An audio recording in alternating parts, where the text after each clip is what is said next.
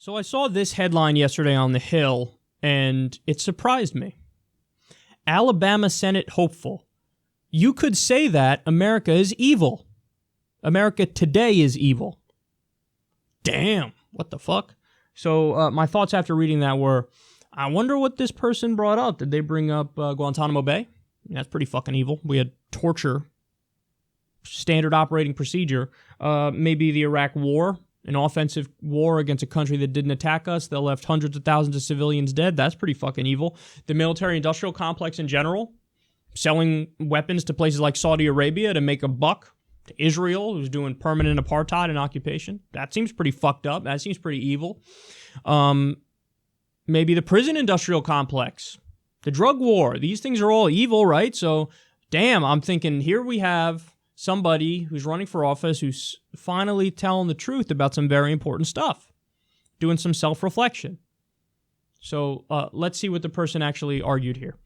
Roy Moore, one of the Republicans vying to replace Attorney General Jeff Sessions as an Alabama senator, said in a recent interview that you could say that America today is evil. When The Guardian's Paul Lewis, who was probing the rising popularity of Russian President Vladimir Putin among U.S. conservatives, told Moore that former President Reagan called Russia the focus of evil in the modern world, Moore said it wasn't the only one. Quote, you could say that very well about America, couldn't you? Moore responded in the interview published Wednesday.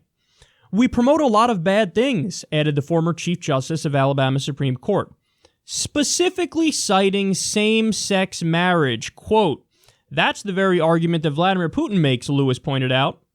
Well, then maybe Putin is right, Moore said. Maybe he's more akin to me than I know.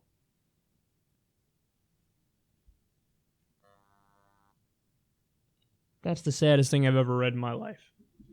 So America's evil. You could say America today is pretty evil, not because the Iraq War, not because the 7 different interventions that are going on right now, not because the 90% death rate hitting the wrong people with drones, not because of the fact that half the country makes $30,000 a year or less and are in poverty. Meanwhile, we spend trillions of dollars overseas on war, $100 billion a year just to maintain our 900 military bases. He didn't mention, hey, we have between 400,000 and 600,000 homeless people in the country, over 50,000 homeless veterans in the country. None of that. None of that's why we're evil. Guantanamo Bay, torture, none of that. Gay marriage.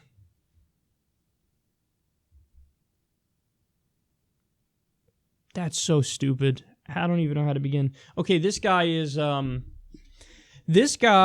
had to step down from the Alabama Supreme Court because he refused to remove a Ten Commandments monument from the front of the courthouse.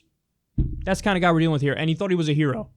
I refuse to abide by separation of church and state, and I refuse to abide by the Constitution of the United States and our secular government. Therefore, I'm a hero.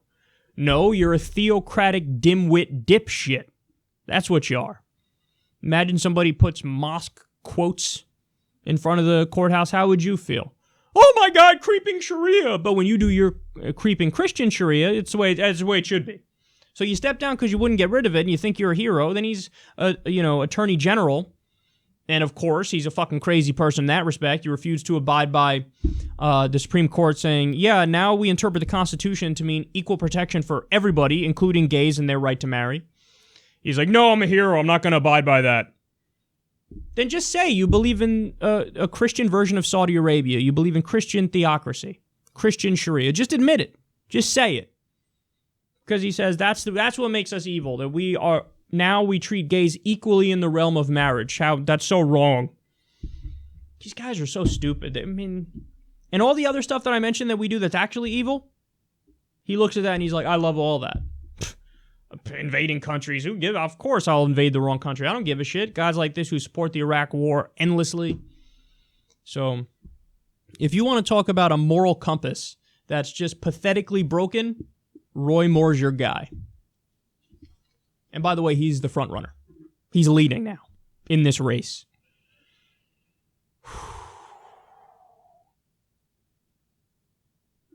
That's scary.